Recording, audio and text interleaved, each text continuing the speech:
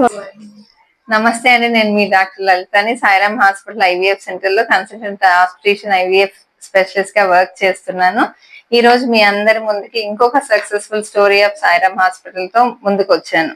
So ఈ couple marital life 6 years, 33 years old lady, చెన్నైలో ఉంటారు. వీళ్ళు సాయిరామ్ హాస్పిటల్ గురించి విని సో నెల్లూరులో షిఫ్ట్ అయ్యి నెల్లూరులో ఫ్యామిలీ పెట్టుకొని ట్రీట్మెంట్ తీసుకున్నారు. సో ఫస్ట్ విజిట్ జనవరి 2026 లో వచ్చారు.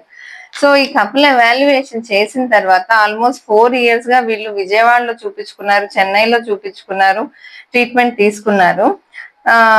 తనది చూస్తే ఫస్ట్ టైం మా దగ్గర తనకి డయాబెటీస్ ఉంది అని చెప్పి తెలిసింది.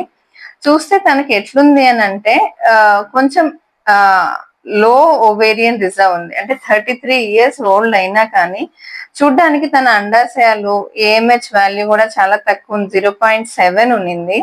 So past history of IUI కూడా ట్రై చేశారు వాళ్ళు, కానీ 2023లో 2 cycles చేశారు, అది కూడా ఫెయిల్ అయింది. మెయిల్ పార్ట్నర్ ఎవాల్యుయేషన్ నార్మల్ గానే ఉంది. సో ఈ హిస్టరీ అంతా తీసుకొని యాక్చువల్ గా నేను ఐయుఐఏ ట్రై చేస్తామని చెప్పాను. సో ఫస్ట్ సైకిల్లో ట్రై చేసి చూస్తే ఓవ్యులేషన్ ఇండక్షన్ పెడితే తనకి ఎగ్ గ్రోత్ అయితే రాలేదు.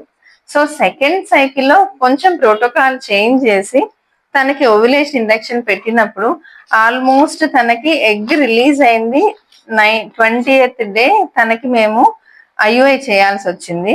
So with all the efforts 2 follicles అయితే వచ్చాయి. సో 20th day ఐయుఐ చేసిన తర్వాత, ఐయుఐ ఎప్పుడు చేసాము అంటే మేము మార్చ్లో చేసాము. మార్చ్లో చేస్తే ఇప్పుడు తనకి ఈరోజు స్కాన్ చూస్తే సో 8 weeks ప్రెగ్నెంట్ ఉంది. హార్ట్ బీట్ అంతా బాగుంది. Patient they are so happy. అంటే నేను కూడా చాలా హ్యాపీగా ఉన్నాను. ఎందుకంటే ఎప్పుడైనా పేషెంట్ చాలా దూరం నుంచి వచ్చాము, హాస్పిటల్ ట్రస్ట్ చేసి వచ్చాము అన్నప్పుడు మాకు మామూలుగానే ఎప్పుడైనా ఇన్ఫర్టిలిటీ కేసు ప్రతి సైకిల్ సక్సెస్ అవ్వాలనే ఎవ్రీ ఇన్ఫర్టిలిటీ స్పెషలిస్ట్ ట్రై చేస్తారు. కాకపోతే ఇట్లా ఉన్నప్పుడు మాకు ఇంకా అంటే రెస్పాన్సిబిలిటీ ఎక్కువ అవుతుంది. ఫస్ట్ సైకిల్లో అసలు ఎగ్గే రాలేదు తనకి.